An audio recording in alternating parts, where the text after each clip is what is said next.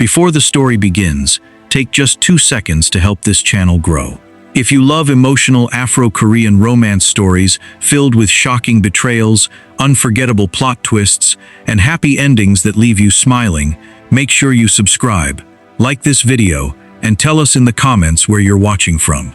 Now, get comfortable, because this story will completely change everything you think you know about love and revenge. The vase exploded against the wall, just inches from Amahle Dlamini's head. She gasped and stumbled backward as 2 masked men forced their way into her office. One grabbed her laptop, while the other reached for a folder stamped confidential. "Stop!" she shouted, rushing toward them. The taller man shoved her so hard she crashed into her desk. Her phone slid across the polished floor before she could reach it. Outside the glass walls of her office, employees screamed and scattered. The alarm began to blare. One of the intruders turned toward Amahle and pointed a gun at her. "You should have stayed out of this."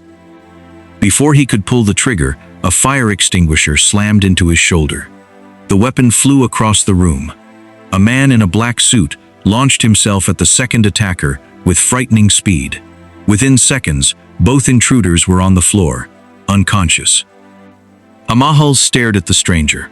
He adjusted his tie as though nothing unusual had happened. "Are you hurt?" She blinked. "No, Who are you?" He offered a calm smile. "Kang Min-Joon. I believe we were supposed to meet tomorrow." Amahle looked from him to the unconscious men. "The investor from Seoul?" "The very one." Security finally stormed into the office, but the masked men had already escaped through the emergency staircase. Min-Joon watched them disappear without showing the slightest emotion. Inside, however, his thoughts were far darker. The mission had begun exactly as planned. Gain Amahle's trust.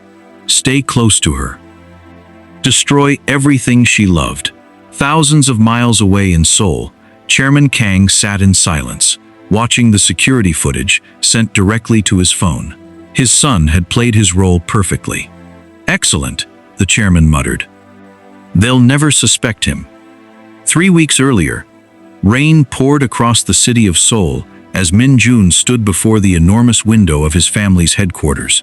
His father never looked at him when he spoke. "The Dlamini family stole everything from us. They're respected across Africa. They're criminals." Min-Joon remained silent. Years of military intelligence had taught him never to interrupt. His father finally turned. "Our company collapsed because of them. Our partners abandoned us. Your mother died believing justice would never come." The words landed like stones. "I want you to go to South Africa." Min-Joon nodded once. "What is the objective?" His father answered without hesitation. "Earn Amahle Dlamini's trust. Make her fall in love with you if necessary. Then destroy her company from the inside." There wasn't even a flicker of hesitation on Min-Joon's face. "When do I leave?" "Tomorrow." Back in Johannesburg, Amahle couldn't stop replaying the attack in her mind. She sat across from Min-Joon, inside a quiet cafe overlooking the city. "I still don't understand how you fought them." He smiled faintly. "I've had unusual training." "Military? You could say that." She laughed softly. "You're full of mysteries. And you're unusually calm for someone who survived an attack." Her smile faded. "I'm used to people trying to intimidate me." "Does it happen often?" "Ever since my father died." Min-Joon studied her carefully. Everything in the intelligence files described her as manipulative, arrogant, and power-hungry. Instead, he saw a woman who looked exhausted. Someone carrying responsibilities she never asked for. She noticed him staring. "What?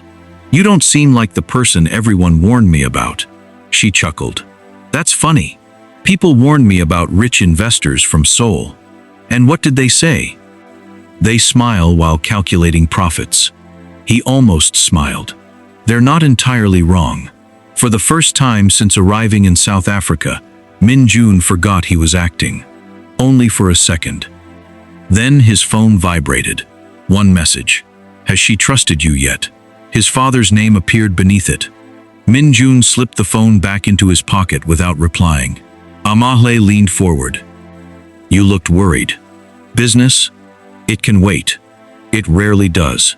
She nodded knowingly. I understand. You do? My father's company became my responsibility overnight. She looked out the window. Everyone assumed I inherited success. They never saw the nights I slept in my office. They never saw me begging banks not to shut us down. They only see the CEO. Something inside Min-Joon shifted. That wasn't in the reports. That evening, he returned to his hotel and opened the classified files once more. Every page painted Amahle as a villain. Every photograph showed a cold executive. Yet the woman he had met smiled at receptionists, remembered employees' names, and thanked the janitors before leaving the building. His instincts had never failed him. Now they were telling him something was wrong. His encrypted phone rang. He answered immediately. Report. It's progressing. Has she accepted your friendship? Yes. Good. His father's voice hardened. Remember why you're there. I remember. You are not there to save her. You are there to ruin her. The line went dead. Min-Joon stared at his reflection in the dark window. He had completed impossible missions before. He had never questioned an order. Not once. So why did this assignment suddenly feel different? The next morning, Amahle greeted him with a warm smile outside the company's innovation center. I have a surprise. What kind? You said you wanted to understand who we are before investing. I did. She handed him a visitor's badge. Then today you're spending the whole day with my staff. No boardrooms. No presentations. No expensive dinners. Just real people. He raised an eyebrow. You trust me that much already? She smiled. I believe actions reveal character faster than words. Neither of them noticed the black SUV parked across the street. Inside, a man lifted a camera. He photographed them together. Then he made a phone call. The target is getting close to her. A deep voice answered. Good. When she finally falls in love, make sure neither of them survives. The call ended, but the man in the SUV didn't drive away. He watched Amahle and Min-Joon walk into the innovation center together, then smiled to himself. They have no idea they're both being played. Inside, Amahle introduced Min-Joon to every department instead of taking him to the executive floor. This is where the real company lives, she said. Engineers waved at her. Designers greeted her with hugs. A cleaner accidentally bumped into her, immediately apologizing.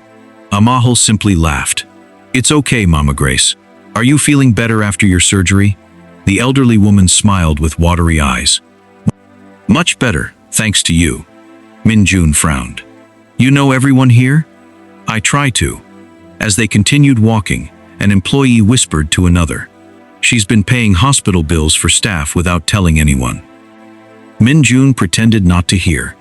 That information had never appeared in any report. Later that afternoon, Amahle stopped beside a small workshop where several young interns were testing solar-powered devices. They're all scholarship students. You fund this yourself? Min-Joon asked. My father believed success means nothing if it doesn't lift other people.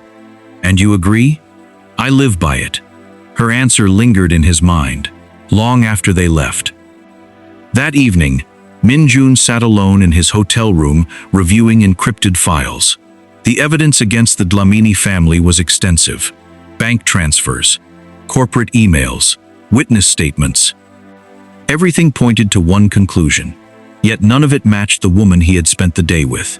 He zoomed in on one financial document. Something caught his attention. A signature. It didn't match the signatures on the other documents. He compared another, different again. His eyes narrowed. Someone had forged them. His secure phone rang before he could investigate further. His father. How is the mission progressing? She trusts me. Excellent. There is something strange about the files. Silence. What do you mean? I think some evidence was manipulated. You are not an investigator.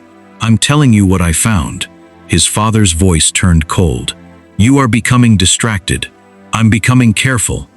The Dlaminis destroyed our family. What if they didn't? The silence this time was heavier. Then came the warning. Don't ever ask that question again. The line disconnected. Min-Joon stared at the phone. For the first time in his life, his father had avoided answering him. The following afternoon, Amahle invited him to her family estate outside the city. I hope you don't mind. I thought investors only visited boardrooms. She smiled. I don't trust people until I know who they are. And this helps? It helped my father. The house wasn't the mansion Min-Joon expected. It was elegant, but warm. Family photographs filled the walls. Children laughed in framed pictures. Community events, school openings, hospital donations. Nothing looked staged. Amahle noticed him studying the photos. My father hated taking pictures. He only smiled when children forced him to. Min-Joon stopped before one photograph. Amahle stood beside a Korean man. He looked familiar. Who's this? She smiled. Mr. Han. He was one of my father's closest business friends. Min-Joon's heartbeat quickened. Han. That was impossible. Mr. Han had once been his father's business partner before the companies split apart. What happened to him? He disappeared years ago. No one ever found him. Min-Joon's expression remained calm. Inside, his thoughts raced. Why had his father never mentioned this friendship? Dinner was interrupted by a loud crash. Every light in the house went out. Darkness swallowed the room. Amahle froze. Backup generator should have started. Footsteps echoed outside. Not one pair. Several. Min-Joon instantly moved in front of her. Stay behind me. The front door burst open. Flashlights swept across the room. Someone shouted, "Search the house." Amahle whispered, "Who are they?" "I don't know." He was lying. Their movements were too disciplined. Professional. Min-Joon quietly picked up a heavy candle holder. The first intruder rushed toward them. One strike. The man collapsed.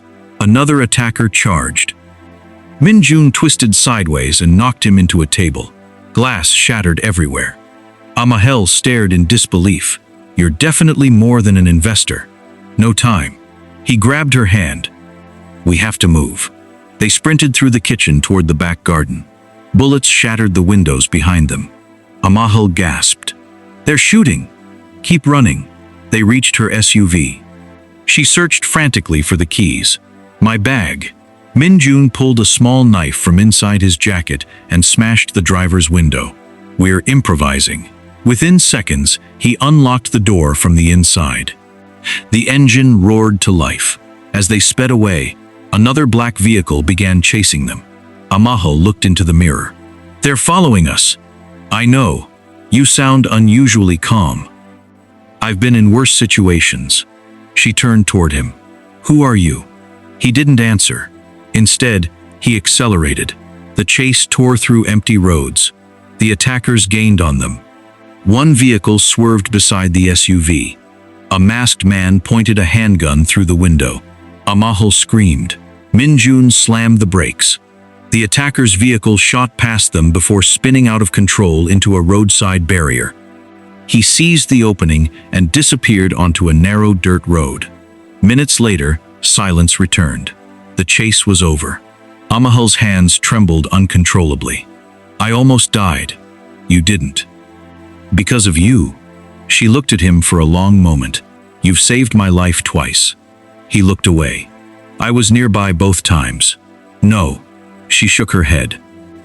"You knew exactly what to do." She reached into the glove compartment and handed him a bottle of water.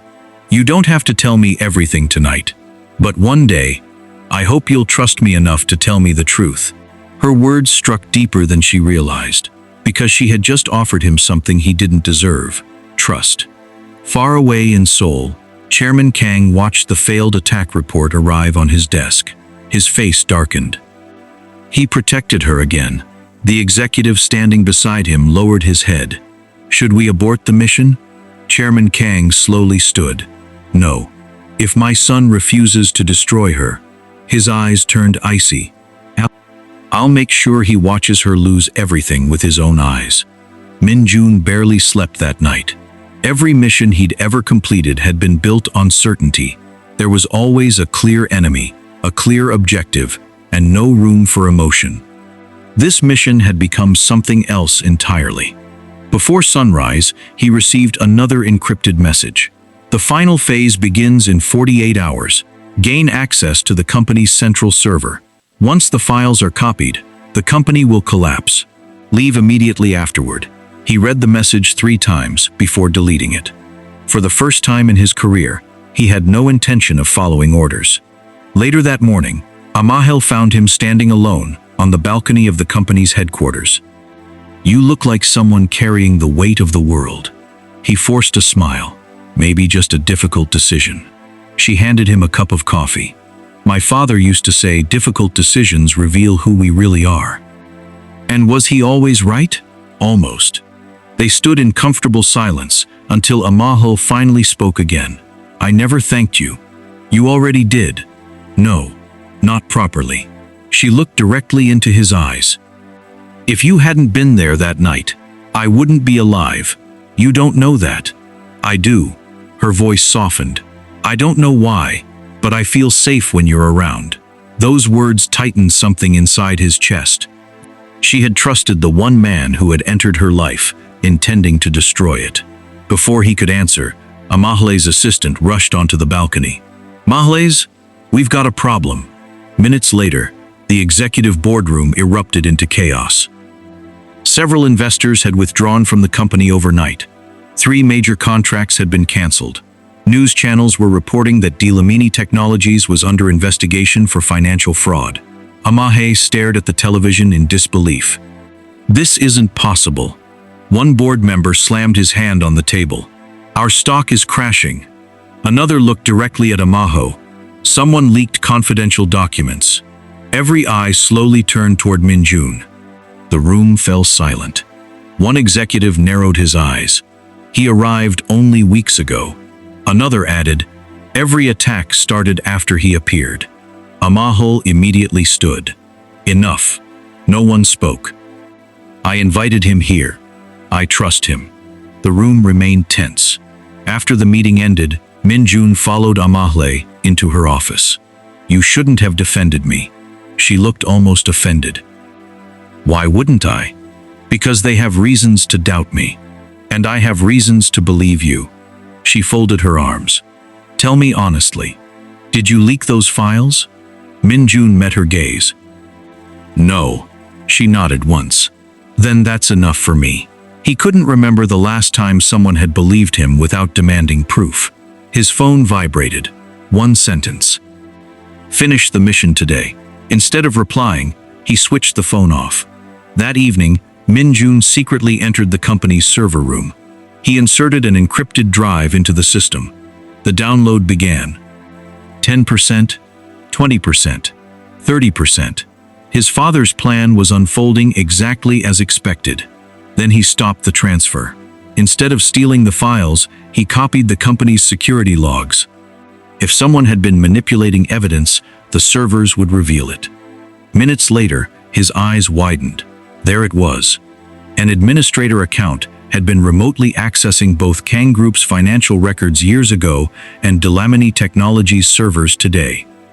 The same account, the same digital signature. The attacks on both families had come from one source. Someone had framed them all. Suddenly, footsteps echoed outside. The server room door burst open. 3 armed men entered. The leader smiled. "You've become a problem." Min-Joon quietly removed the drive. "Who sent you?" The man laughed. "The same person who ruined both families." Without warning, the lights went out. A gunshot echoed. Min-Joon rolled behind a server rack as bullets tore through the room. He grabbed a metal chair and hurled it toward the attackers. One man fell. Another charged. The fight was brutal and fast. Within seconds, alarms blared throughout the building. Meanwhile, Amahle stepped out of a meeting when she heard the security alarm. She immediately called Min-Joon. No answer. Something felt terribly wrong. She sprinted toward the server floor. Security guards tried to stop her. "It's dangerous." She ignored them. As the elevator doors opened, she froze. Smoke filled the hallway. Broken glass covered the floor. At the end of the corridor, Min-Joon stumbled out of the server room, blood running down the side of his face. "Min-Joon," she rushed toward him. He grabbed her shoulders. "We have to leave." "What happened?" "They know." "Who?" "The people behind everything." Before she could ask another question, explosions rocked the building. Windows shattered. Employees screamed. Fire alarms echoed through every floor. Outside, black SUVs surrounded the headquarters. Masked men poured out carrying weapons. One of them shouted, "Nobody leaves!" Amahle stared in horror. This isn't about business anymore. No. Min-Joon's voice was calm but urgent. This is war. He pulled the encrypted drive from his pocket. This contains proof that someone framed both our families. Amahle looked stunned. Both families? He closed his eyes for a brief moment. "There are things I should have told you from the beginning." Her heart sank. "What do you mean?" He looked directly at her. "My name is Kang Min-Joon. I wasn't sent here as an investor. I was sent here to destroy you." Everything around Amahle seemed to disappear. The explosions, the alarms, the screaming. Only his confession remained. She slowly stepped backward. "No, I didn't know the truth when I accepted the mission. You lied to me. Yes, you used me. At first, yes." Tears filled her eyes. So every smile was real. Every conversation, real. "You expect me to believe that?" He swallowed hard. "I fell in love with you." Before she could respond, a sniper's bullet shattered the glass between them. Min-Joon threw himself over Amahle as another shot rang out. The sniper wasn't aiming at him. He was aiming at her. And in that terrifying moment, Amahle realized one heartbreaking truth. The man who had been sent to destroy her had just risked his life to save hers for the third time. Glass rained across the floor as Min-Joon shielded Amahle with his body. Another shot cracked through the air. "We have to move," he shouted. She hesitated for only a second before nodding. Whatever he had done, whoever he had been, someone clearly wanted them both dead. They raced through the smoke-filled corridor and into a maintenance stairwell. The sounds of gunfire echoed behind them. Halfway down the stairs, Min-Joon stumbled. Amahle caught him. "You're bleeding. It's just a scratch." "Don't lie to me." He looked at her with a faint smile. "I've survived worse." She wanted to stay angry, but fear had replaced her anger. Outside, they slipped into an abandoned warehouse a few blocks away. Min-Joon plugged the encrypted drive into a laptop he had hidden in a locker during his first week in Johannesburg. The screen filled with files, bank records, security footage, private emails. Then came a hidden video recording. A middle-aged executive appeared on the screen. It was Mr. Han. Amahle gasped. "The man from my father's photograph!" Min-Joon's heart pounded. Mr. Han looked directly into the camera. "If anyone is watching this, it means I've failed to stop them. They've convinced the Kang family that the Dlaminis betrayed them. They've convinced the Dlaminis that the Kang group abandoned them. The truth is far worse. I discovered that Victor Maseko, our chief financial officer, created fake transactions, forged signatures, and orchestrated the collapse of both companies. He wanted complete control over the technology both families developed together. He killed anyone who learned the truth. I don't have much time. If you're seeing this, trust each other." The video ended. Amahle covered her mouth. "My father was innocent." "So was mine," Min-Joon whispered. Before either of them could speak again, a slow clap echoed through the warehouse. Victor Maseko stepped from the shadows, surrounded by armed men. "I was wondering how long it would take you." Amahle's eyes burned with rage. "You murdered my father." Victor smiled. He was too honest. Min-Joon took a step forward. "You manipulated my family for years. And they made such useful pawns." Victor laughed. "Revenge is remarkably easy when people believe the lies they want to believe." He nodded to one of his men. "Take the drive." The armed men advanced. Min-Joon whispered, "When I say run, Don't look back. I'm not leaving you. Amahle. I'm not losing another person I love. Those words hit him harder than any bullet. She still loved him. Even after everything, Victor rolled his eyes. How touching. He raised his pistol. Suddenly, police sirens screamed outside the warehouse. Victor frowned. What? Min-Joon smiled for the first time all day. I sent the evidence 10 minutes ago. What? To every major news station, financial crimes unit, and international investigator. Victor's confident expression disappeared. You fool, he fired. Min-Joon pushed Amahle aside. The bullet struck his shoulder. Amahle screamed. No. The warehouse erupted into chaos. Police officers stormed through every entrance. Drop your weapons. Victor tried to escape through the back door, but officers tackled him before he reached it. Handcuffs clicked around his wrists. It's over, an officer said. Victor laughed bitterly. You think arresting me changes anything? It changes everything, Amahle replied. Hours later, the truth dominated every television channel. The forged documents, the fake financial transfers, the murdered witnesses, the conspiracy that had divided two innocent families for years. Chairman Kang watched the broadcast from Seoul in complete silence. His hands trembled. I was wrong. For the first time since his wife's death, tears filled his eyes. Days later, he arrived in South Africa. He slowly approached Amahle. She stood quietly beside her father's memorial garden. I don't deserve your forgiveness. She remained silent. I believed lies. I sent my own son to destroy you.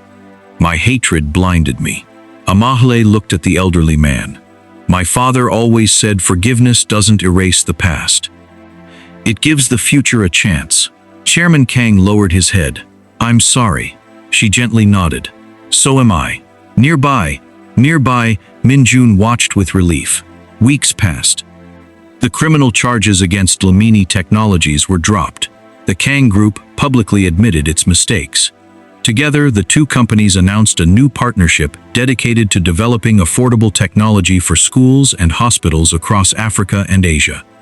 At the launch event, hundreds of employees applauded as Amahle stepped onto the stage. She smiled at Min-Joon standing in the front row. I couldn't have done this alone. He walked toward her. I owe you another apology. She laughed softly. You've apologized enough. I haven't asked the most important question. He reached into his pocket. Employees exchanged excited glances. Min-Joon knelt on one knee. Amahle Dlamini, I came into your life carrying lies. You gave me truth. I came to break your heart. You healed mine instead. I was sent to destroy you. His voice caught with emotion.